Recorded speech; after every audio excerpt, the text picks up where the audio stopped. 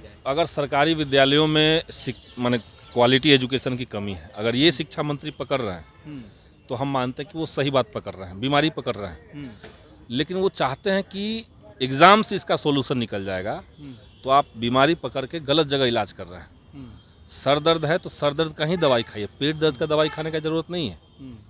शिक्षा मंत्री के साथ या पूरा जो ये नियमावली जिस तरीके से लाया गया उसमें दिक्कत यही है कि बीमारी कहीं और है, लोकेट कहीं और आप कर रहे हैं। नमस्कार, आप देख रहे हैं न्यूज़ नेशन में आपके साथ अभिजीत सिंह। 11 जुलाई को शिक्षक संघ के द्वारा प्रदर्शन किया जाएगा, जिसको लेकर सवाल किया गया था शिक्षा मंत्री से। तो उनका साफ तौर पर कहना है कि आप लोग पहले एक एग्जाम तो पास कर लीजिए, फिर प्रदर्शन के बारे में सोचिए। वहीं बात करें तो भाकपा माले के विधायक संदीप सौरभ से भी सब सवाल किया गया कि शिक्षक संघ के द्वारा प्रदर्शन किया जाएगा, तो उनका फिर से साथ मिलता दिख रहा है। शिक्षक के द्वारा जो प्रदर्शन किया जाएगा, उनको संदीप सौरभ ने साफ तौर पे कहा है कि जो उनकी मांग है वो जेन्युइन है। क्या कुछ कर रहे हैं संदीप सौरभ, पहले सुनिए उनकी बातों को। देखिए, परीक्षा जो लेने की बात हो रही है वो तो ठीक नहीं है। हम लोग शुरुआत से कह रहे हैं कि जो पूर्व नियोजित शिक्षक हैं, आप नए को परीक्षा लीजिए, लेकिन जो 15 साल से 20 साल से बिहार में योगदान दे रहे हैं, इसी सरकार ने जिनकी बहाली करवाई थी, अब उनको जब राज्यकर्मी का दर्जा देने की बात आई तो अब परीक्षा की बात कर रहे हैं, तो वो तो उचित नहीं है। हम लोगों ने हाल में एक मीटिंग की है शिक्षक संगठनों के साथ, और हम लोग भी चाहेंगे कि जितने शिक्षक संगठन हैं वो एक साथ विधानसभा का जब सत्र चले तो अपनी बात को सरकार तक कहें।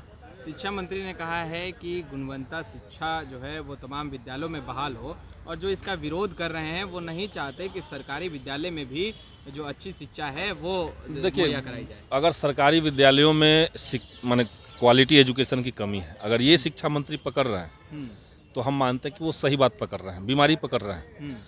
लेकिन वो चाहते हैं कि एग्ज़ाम से इसका सोल्यूशन निकल जाएगा, तो आप बीमारी पकड़ के गलत जगह इलाज कर रहे हैं। सर दर्द है तो सर दर्द का ही दवाई खाइए, पेट दर्द का दवाई खाने की ज़रूरत नहीं है। शिक्षा मंत्री के साथ या पूरा जो ये नियमावली जिस तरीके से लाया गया उसमें दिक्कत यही है कि बीमारी कहीं और है, लोकेट कहीं और आप कर रहे हैं। आप परीक्षा ले लेंगे, जो शिक्षक फेल कर जाएंगे वो दोबारा से उसी विद्यालय में जाकर के उन्हीं बच्चों को पढ़ाते रहेंगे, वो तो हटने नहीं जा रहे हैं। तो क्वालिटी में क्या इजाफा हो जाएगा? कोई इजाफा नहीं होगा। क्वालिटी में कैसे बदलाव होगा? आप नए तरीके से नए शिक्षकों को बहाली कीजिए जो आप कर रहे हैं, लेकिन जो पुराने शिक्षक हैं उनका आप नियमित ट्रेनिंग करवाइए, आप वहाँ करप्शन फ्री जांच प्रक्रिया कीजिए, आप वहाँ पे इंफ्रास्ट्रक्चर अवेलेबल करवाइए, आप वहाँ पे रेगुलर तरीके से शिक्षक वहाँ पहुँचे इसकी गारंटी करवाइए।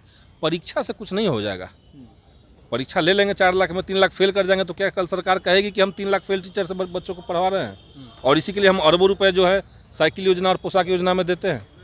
आप लोग लगातार आवाज़ बुलंद कर रहे हैं इन चीज़ों को लेकर के, मगर संदीप जी, कहा यह जा रहा है कि पीछे से उकसाने का काम किया जा रहा है शिक्षकों को, अभ्यर्थियों को। इसे कैसे देखते हैं? बिहार के जो शिक्षक हैं उनको कोई उकसाएगा? उनको खुद नहीं पता कि सरकार उनके साथ क्या कर रही है। जब महागठबंधन का घोषणा पत्र हम लोगों ने रिलीज़ किया था, उस घोषणा पत्र में ही लिखा हुआ था कि हम जब सरकार में आ जाएंगे तो हम आपको राज्यकर्मी का दर्जा देंगे। उसमें कोई स्टार मार्क लिख करके और शर्तें लागू होने वाली बात नहीं थी। आप शर्त लगा दे रहे हैं कि आप परीक्षा दीजिए बीपीएससी का। जो शिक्षक पहली से 5वीं तक पिछले 20 सालों से पढ़ा रहा है, वो पढ़ा रहा है अपने घर से 3 घंटा का जर्नी करके स्कूल पहुँचता है, वहाँ से फिर लौट के आता है, बीच में अपना परिवार देख रहा है, गैर शैक्षणिक कार्य सरकार देती है वो भी कर रहा है। इसके बाद आप उम्मीद लगा रहे हैं कि वो बीपीएससी निकाल लेगा, ये तो ज़्यादती है।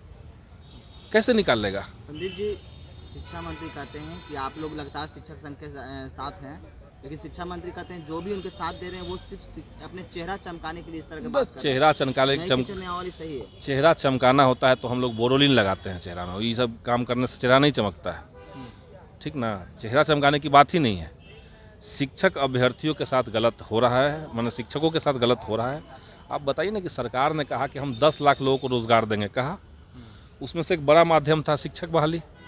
अब आप 1,70,000 आपने बहाली निकाली, अब आप कह रहे हैं कि पहले के जो शिक्षक है वो भी इसी पे कंपटीशन देगा, तो ये नया रोजगार कैसे कहलाएगा? अगर पहले के शिक्षक इसमें आ जाएंगे तो नया रोजगार कहलाएगा? ये नहीं कहलाएगा।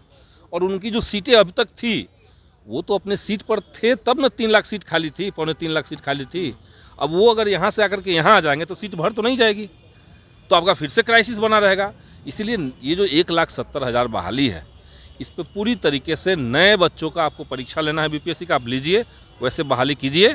पुराने जो शिक्षक हैं उन्होंने तो कभी कहा नहीं कि हमारा वेतन बहुत बढ़ा दीजिए, हमको राज्यकर्मी का दर्जा अभी तुरंत दे दीजिए। आपने अचानक से घसीट लिया उनको, तो ये ठीक नहीं है। कोई भी बीमारी सरकार को दिख रही है कि भाई चलिए शिक्षा की व्यवस्था में कुछ दिक्कत है, उसका समाधान है, लेकिन समाधान करना चाहेंगे तब। स्टंट कर देने से समाधान नहीं हो जाएगा, ये स्टंट है सिर्फ। तो आपने सुना भाकपा माले के जो विधायक हैं संदीप सौरभ, वो साफ तौर पर कह रहे हैं कि जो शिक्षक के द्वारा जो प्रदर्शन किया जा रहा है वो सरासर सही है। और जो नई शिक्षक नामावली में जो शिक्षक को एग्जाम लेने की बात कही जा रही है वो सरासर गलत है, क्योंकि वो 15 साल से कार्यरत है, तो उनके कार्य पर सवाल उठाया जा रहा है। इस तमाम खबरों को न्यूज़ पॉइंट नेशन के साथ नमस्कार।